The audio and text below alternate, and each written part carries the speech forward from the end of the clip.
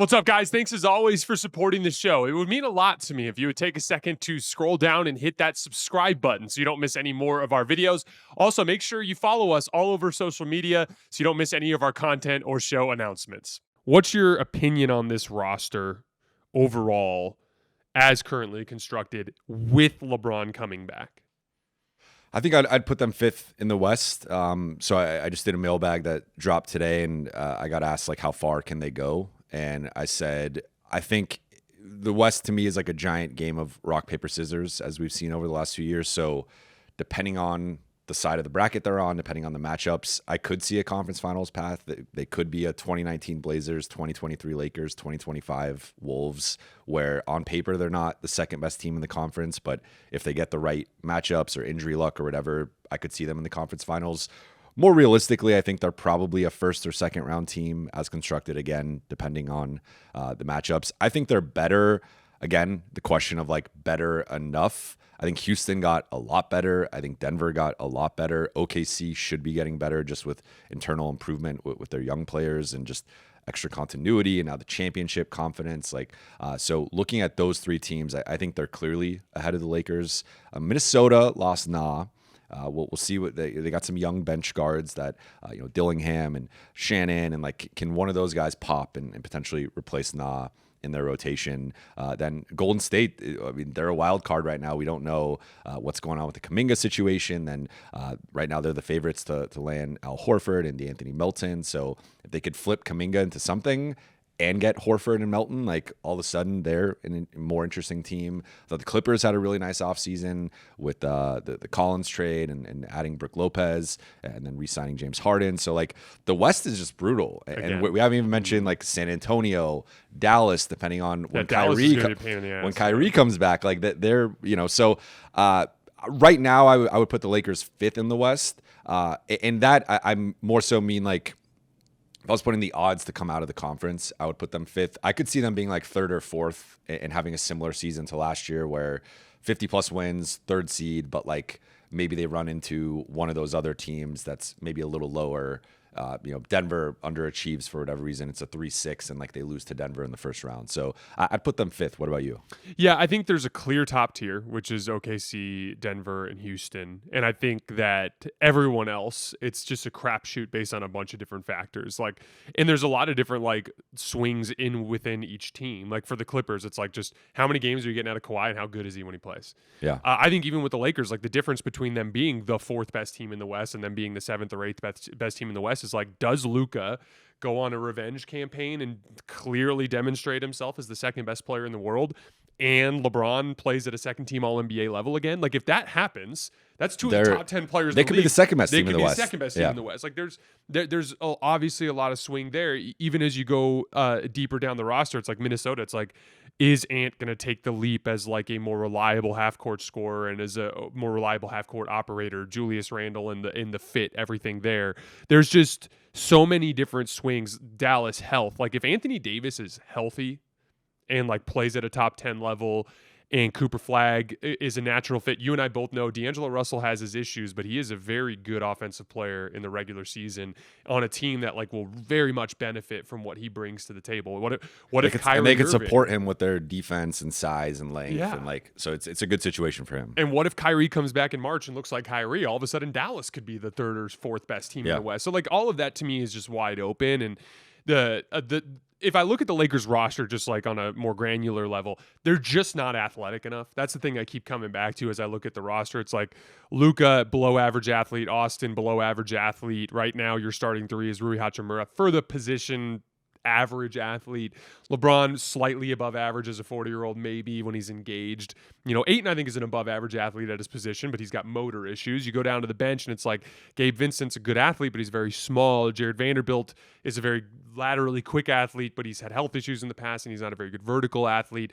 Dalton Connect, to me, I'm like just generally lower on him than all Laker fans are. I'm with you. I straight up think he's years away from playing a serious role on a winning basketball team, like a serious role. The problem is he's 24. Yeah, this is what I'm saying. I just don't see it. Like I I just don't see it with Dalton. And if I was the Lakers and I saw a team that had a value in That's Dalton, why I would do Rui and Dalton for Andrew Wiggins. You would? I know on paper that might seem like an overpay for some, but I think if that is like the lowest that Miami will go, I would do that personally. The only reason why I could see it as defensive, for the record, I would too, but that's because I want to win this year.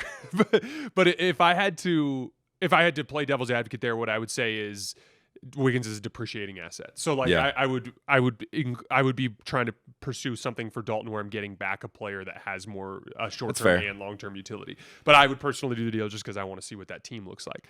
But yeah, I'm not as high on Dalton. And, as you just go down the roster, I just don't think they're athletic enough. Aduthiero, like I've heard that the medical with him is a little rough. He's got the knee injury right now and not playing in summer league. And they just don't have the perimeter defense. Like and this is sort of a subjective thing, but if you were like looking at all the top teams in the West and you were like, who are their three best defenders? The Lakers having Gabe Vincent and Jared Vanderbilt as two of their three best defenders compared to some of the, like, look at what Houston has or look at what OKC has or look at what Minnesota has. And like, it's just a different weight class entirely in terms of particularly perimeter defense. So I think that's the biggest reason for me for a potential Wiggins trade or like, they just need an athletic defender that can play 30 plus minutes a night. Because even Vando, I think we haven't, like, he's dealt with injuries. He had the double foot surgery last year or last summer. But, I think he slipped a little bit athletically and he wasn't quite the same defender. But if he can get back to 2023 Vando, obviously that's a really high level, impactful defender. But even then, I think there's limitations to, can he play more than 20 minutes? Can he play more than 25 minutes? And clearly we saw in the playoffs, like JJ had him more in like that 8th man role. So I just think there's a limit. Like, I know some people want him to start. I'm like, I just don't see JJ starting. No, there's Vanderbilt. no way. So if that's your best defender and he's your 8th man, like you're just kind of in a tough spot. So especially with that starting group, like they're going to be big. They're going to be tough to match up with. The offense should be incredible, but you're once again in a situation where Rui's your primary forward defender, Austin's your primary backcourt defender, and I think that's problematic. I think their pathway is the Denver pathway, which is like you match up well with OKC because you have big forwards that can create shots, and that just is a way with which to enter Oklahoma City's defense, just like Nikola Jokic was. And then on the defensive end, it's having a few really good defensive players in a really smart scheme where all of the lesser defenders are engaged, and then your offense is just indomitable. And I do think that that's achievable for them. I think it would require a player like Wiggins. I think they would need at least that level of player to get to that point, if we're talking about a theoretical bit of contention here from the Lakers. But like, there's one last like kind of like variable for me in the potential Lakers ceiling, and it's LeBron and Austin's catch and shoot play. I thought both Austin and LeBron was shooting the ball so well before he got hurt, but like after he came back, and then Austin really throughout the season, Austin just is not a good catch and shoot player right now. And playing off of Luka, that's going to be a necessity for them to not be redundant and to experience diminishing returns. I think the Ayton piece is a massive ceiling raiser for their offense. I think Ayton is going to be a monster roll man with Luka. Luka has always been really gifted at getting the defender onto his hip, even without a screen. And so even some of Ayton's screening weaknesses, or he has a tendency to just slip out of screen super fast and roll to the rim. I actually think that works with Luka because Luka's such a good lob thrower and he doesn't really need help getting dribble penetration. So like there's a lot of upside with the Ayton fit. If LeBron and Austin become good catch and shoot players, I literally think they could be the top, like a top 3 offense in the NBA.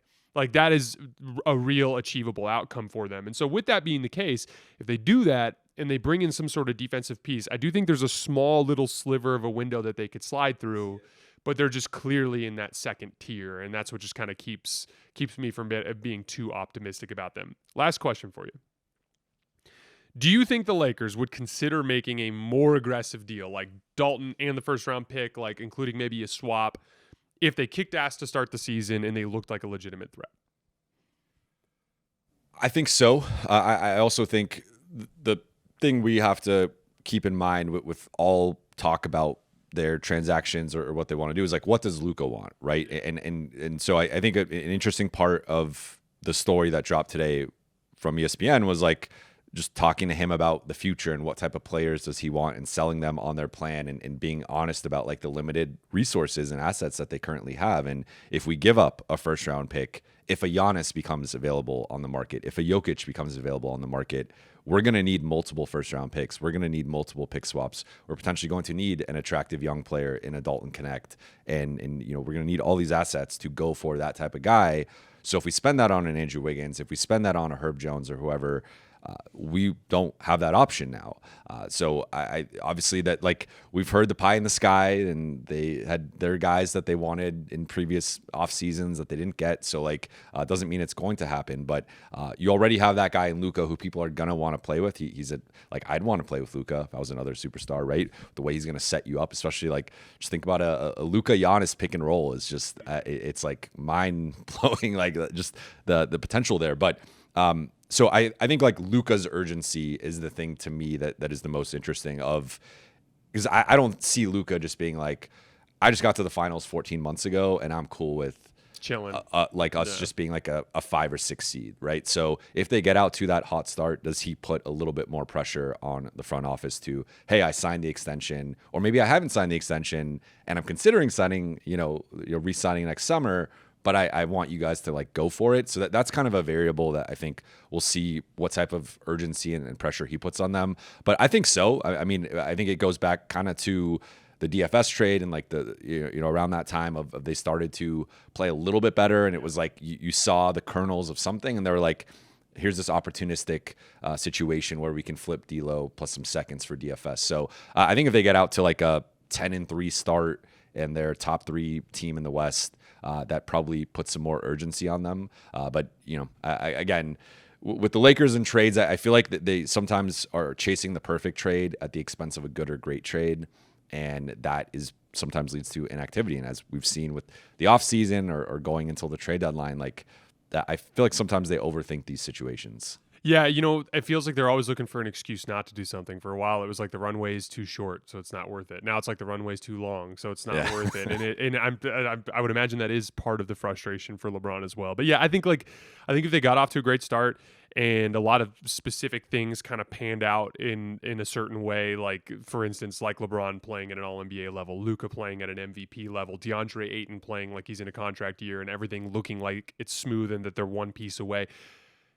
There's never a guarantee, and the entire purpose of this is to win a championship. And if you feel like you're on the doorstep and you make an aggressive move, especially for a player that is in their mid-20s and that has some long-term viability. That's the key thing. I don't think they make an aggressive move for a short-sighted like win. I think like, and that's something I did a mailbag today where I got asked like about the 2027 plans, and like my understanding is they're not just sitting out the next couple of years. It's more so they're prioritizing short-term deals and that flexibility to have the optionality of in 2026 or in 2027, if there's a star that wants to come in free agency or there's a trade that they have that nimbleness with their cap sheet to be able to navigate that.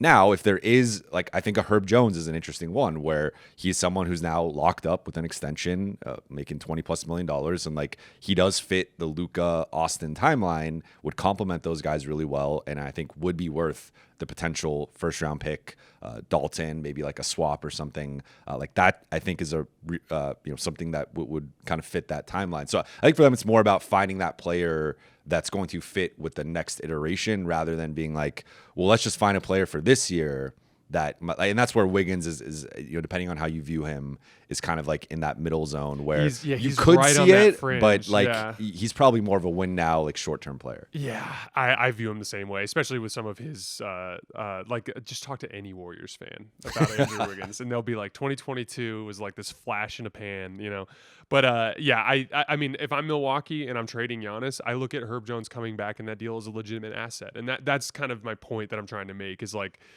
I'm trying to say that even a draft pick, in theory, is not valuable to the Lakers in anything other than a star trade or a trade because, as we've seen with Dalton and with so many of these other guys, players don't come into the NBA at 22, 23 and are ready to compete in a serious context. But if you can flip them into a young player that helps you in the short term, but that can also be a vehicle with which to achieve a star in the future, that's a pathway that makes sense to me. But Jovan, I really appreciate you making the trip over here today. I appreciate you. It's been awesome meeting you in person. We're having dinner tonight. I'm looking forward to that. It's going to be fun. As always, we appreciate you guys for supporting us and supporting the show. Before we get out of here, shout out your work so everyone knows where to find your stuff. Yeah, check out Buha's Block on YouTube and Apple Podcasts, Spotify, your podcast platform of choice. Been living the independent life for the past month or so. Yeah, and brother. it's been fun. All right, guys, we will see you later tonight.